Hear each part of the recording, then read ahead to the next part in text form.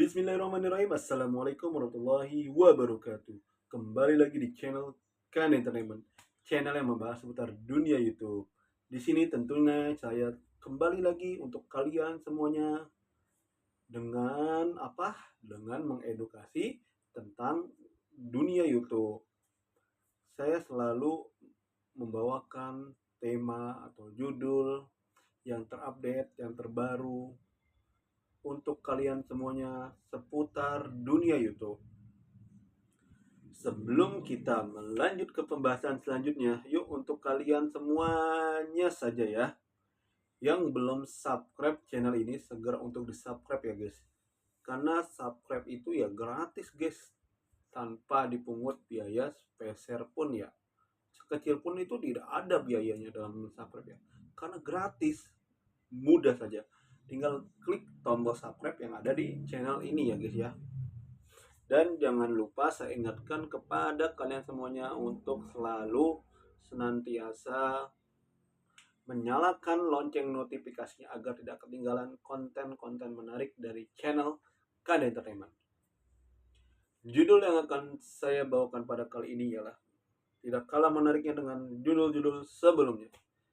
Judul yang saya bawakan kali ini ialah apa? Yo, bongkar rahasia channel konten bongkar rahasia channel konten reupload ya bisa lolos monetisasi YouTube. Emang bisa nggak sih sebenarnya ya?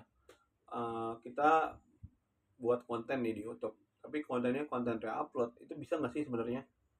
Dan bisa lolos monetisasi nggak sih sebenarnya? Yuk, yang buat kalian yang penasaran, yuk kita bahas ya secara sesama ya. Yuk dengarkan saja ini, oke? Ya, lanjut ke pembahasan. 1, 2, 3. Monetisasi channel YouTube ialah dengan konten reupload itu sangat-sangat menantang dan juga itu sangat beresiko tinggi ya. Udah menantang, beresiko. Pasti ada sebab dan akibatnya gitu kan ya. Karena di sini tuh bisa menyebabkan pelanggarannya kebijakan YouTube ya tentang konten yang digunakan ulang atau konten reupload yang sering disebutnya itu dengan konten reupload ya atau race content ya, dan juga merupakan hak cipta ya guys. Nah, YouTube secara tegas melarang penggunaan ulang video yang sama berulang kali tanpa perubahan atau nilai tambah yang signifikan. Nah, sebenarnya nggak boleh. Akan tetapi, jikalau kalian semuanya ingin membuat konten upload, kalian edit lah sedemikian rupa sebagus mungkin. Terus kalian tambahin apa kek, nilai-nilai tambahan, nilai-nilai pokok, nilai-nilai penting. Terus kalian buat seunik mungkin, semenarik mungkin. Terus kalian kasih logo kek. Terus kalian kasih gambar atau cuplikan-cuplikan di awal yang menarik gitu kan. Itu biar nggak terlalu ketiplek sama gitu ya, sama banget gitu loh. Jadi jika diedit lah ya biar nggak terlalu sama gitu kan, walaupun itu konten reupload ya, seperti itu ya guys ya. Namun beberapa channel reupload bisa saja lolos monetisasi YouTube ya dengan menerapkan rahasia. Apa sih rahasianya? Rahasia dan juga strategi tertentu yang sebenarnya berfokus pada transformasi konten agar memenuhi prinsip penggunaan wajar atau fair use ya, dan menambahkan nilai originalnya tersendiri yang sangat signifikan seperti itu.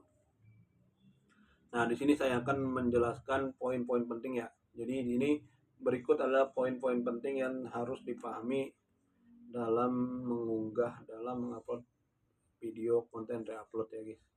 Nah, yang pertama itu satu, transformasi konten adalah kunci utama atau prinsip fair use ya. Jadi YouTube itu sebenarnya mengizinkan sih konten yang digunakan secara berulang-ulang atau konten reupload ya. Jika penonton itu dapat melihat perbedaan yang signifikan antara video yang asli dengan video yang Anda buat secara reupload gitu ya. Jadi ini sebenarnya ya bukan sekadar mengunggah ulang, bukan sekadar repost ulang gitu kan, melainkan mengolahnya menjadi sesuatu yang baru dan orisinal gitu. Yang baru ini maksudnya walaupun videonya sama tapi diedit sebaik mungkin, sebagus mungkin gitu ya, agar lebih menarik lagi gitu kan. Jadi tidak sama tapi tidak terlalu sama gitu, gimana ya? Kayak gitulah, ya kan? Ini bukan sekedar mengunggah ulang, melainkan mengolahnya menjadi tadi apa yang tadi saya bilang, menjadi video baru dan orisinal. Nah, ini nomor satu ya. Nomor satu itu terdiri dari beberapa kategori ya. Yang pertama itu menambahkan narasi atau konten orisinal. Ya, ini adalah metode yang paling umum banget gitu kan. Yang umumnya orang pada ketahui gitu kan. Anda tidak hanya menampilkan video asli, tetapi Anda juga memberikan komentar, analisis, atau reaksi ya yang mendalam sepanjang video Anda upload gitu kan. Suara Anda atau kepribadian Anda harus menjadi titik fokus utama gitu kan. Titik ininya, fokus utama audiens tuh selalu senantiasa apa namanya, menonton video Anda gitu kan ya. Yang kedua itu di nomor satu itu mengedit secara kreatif. Nah, jadi diedit lah kreatif mungkin lah, seimajinatif mungkin, biar apa namanya, videonya itu ada nilai tambahnya tersendiri gitu kan, ada nilai khususnya tersendiri gitu kan. Gunakan potongan video asli sebagai bahan mentah ya. Untuk apa? Untuk membuat karya baru ya. Ini bisa mengumpulkan beberapa klip berbeda ya, menambahkan efek visual, video, audio ya, atau musik latar bebas hak cipta, atau grafik yang menciptakan pengalaman penonton yang unik gitu. Konten edukasi atau dokumenter ya, menggunakan klip pendek dari karya orang lain untuk tujuan kritik, ulasan, pengajaran, dan pelaporan berita seringkali termasuk dalam fair use ya gitu. Itu yang perihal konten edukasi dan dokumenter seperti itu. Yang keempat di nomor satu ialah membuat tema utama yang jelas. Membuat tema utama yang jelas ini ya tentukan tema yang intinya gitu, yang pokok yang kalian ingin bahas gitu kan guys. Jadi channel yang sukses biasanya memiliki tema yang jelas, tema yang pokok ya, tema yang inti ya, yang juga konsisten dalam membangun channelnya gitu kan. Bukan sekedar kumpulan video acak dari berbagai sumber. Hal ini membantu YouTube mengidentifikasi tujuan unik channel Anda saat meninjauan monetisasi. 2. Memperhatikan kebijakan hak cipta ya. Sekarang melanjut ke nomor 2 ya, memperhatikan kebijakan hak cipta. Fair use adalah doktrin hukum yang kompleks dan tidak menjamin perlindungan dari klaim hak cipta. Pemilik konten asli itu tetap mengajukan klaim atau teguran hak cipta atau copyright strike itu tetap, karena kan videonya video asli buatan yang orang pertama gitu kan, dia juga berhak mengajukan klaim hak cipta, jadi seperti itu ya. Dan di nomor 2 ini juga terbagi menjadi beberapa kategori ya guys. Mendapat izin tertulis ya. Mendapat izin tertulis ini berupa catatan gitu misalnya. Cara paling aman adalah mendapat izin tertulis dari pemilik konten asli. Ya, ada kan kalau izin tuh ada yang tertulis, ada yang kan melalui ucapan gitu kan, perkataan gitu kan, itulah. Ya, yang kedua di nomor 2 ialah menggunakan konten yang berlisensi ya. Berlisensi. Cari konten dengan lisensi Creative Commons yang mengizinkan penggunaan ulang ya. Atau pastikan untuk membaca syarat dan ketentuannya dengan cermat ya. Selanjutnya itu di nomor 2 yang terakhir, mengatasi klaim hak cipta ya. Jika terkena klaim hak cipta, Anda mungkin harus menghapus video atau pendapatan iklan akan diberikan kepada pemilik hak cipta. Seperti itu guys. Ya. Pokoknya hati-hatilah kalau misalnya kalian ingin mengupload konten reupload ya, harus dipertimbangkan terlebih dahulu gitu kan. Dipikirkan matang-matang, dibaca situasinya gitu kan ya. Lanjut ke nomor 3 ialah menghindari konten berulang yang ditolak. Wah, harus benar-benar waspada ini kayak gini mah ya. YouTube akan menolak monetisasi channel yang kontennya termasuk dalam kategori konten yang berulang atau konten reupload tanpa nilai tambah yang berarti, yang bermutu gitu kan, yang seperti video statis dengan sedikit atau tanpa gerakan, video looping yang diputar berulang-ulang, kompilasi lagu dari berbagai artis meskipun dengan izin ya, dengan izin tertentu tanpa nilai edukasi, nilai tambah gitu kan, nilai yang paling pentingnya di videonya itu, atau narasi yang jelas gitu kan. Jadi gitu ya guys ya. Nah, dari semua penjelasan tersebut adanya ringkasan ya yang saya buat ini.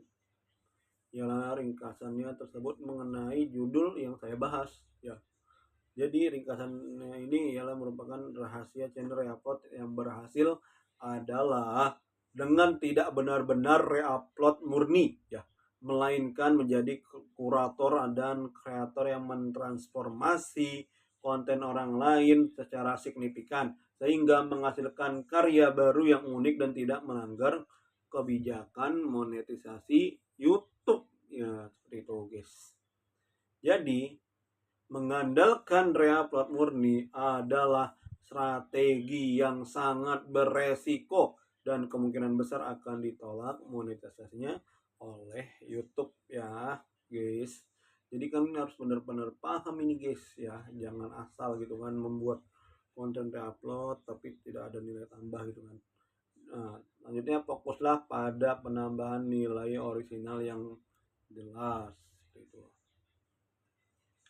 Jadi ini saja ya guys yang bisa saya sampaikan pada video kali ini. Semoga dapat bermanfaat, semoga dapat mengedukasi kalian semuanya yang menonton. Semoga kalian semuanya diberikan kemudahan, diberikan kelancaran dalam segala urusannya, diberikan kelancaran dalam pekerjaannya, dalam mencari rezekinya, diberikan kesehatan, diberikan panjang umur, diberi kemudahan dalam segala urusan yang diusahakannya, dicita-citakannya ya. Semoga usaha dan apa yang kalian cita-citakan itu dapat terwujud. Kita di sini semua ya sama-sama belajar ya, sama-sama mempelajari, menganalisa, meriset ya, memahami tentang dunia konten kreator ya. Di sini kita juga sama-sama tentunya sama-sama konten kreator pemula di dunia YouTube. Siapa tahu nanti di kemudian hari kita semua bisa menjadi konten kreator besar atau YouTuber besar ya. Amin gitu kan. Kita saling support ya guys ya. Saling ya bertukar pikiran, berdiskusi, saling tanya jawab juga boleh ya di kolom komentar ya. Ini saja yang bisa saya sampaikan, kurang lebihnya mohon maaf. Apabila ada yang salah itu datangnya dari saya guys ya. Mohon dimaafkan dan dimaklumi ya.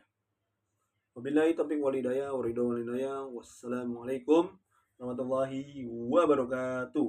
See you guys di video-video selanjutnya, video terbaru dan terupdate dari channel Ken Entertainment.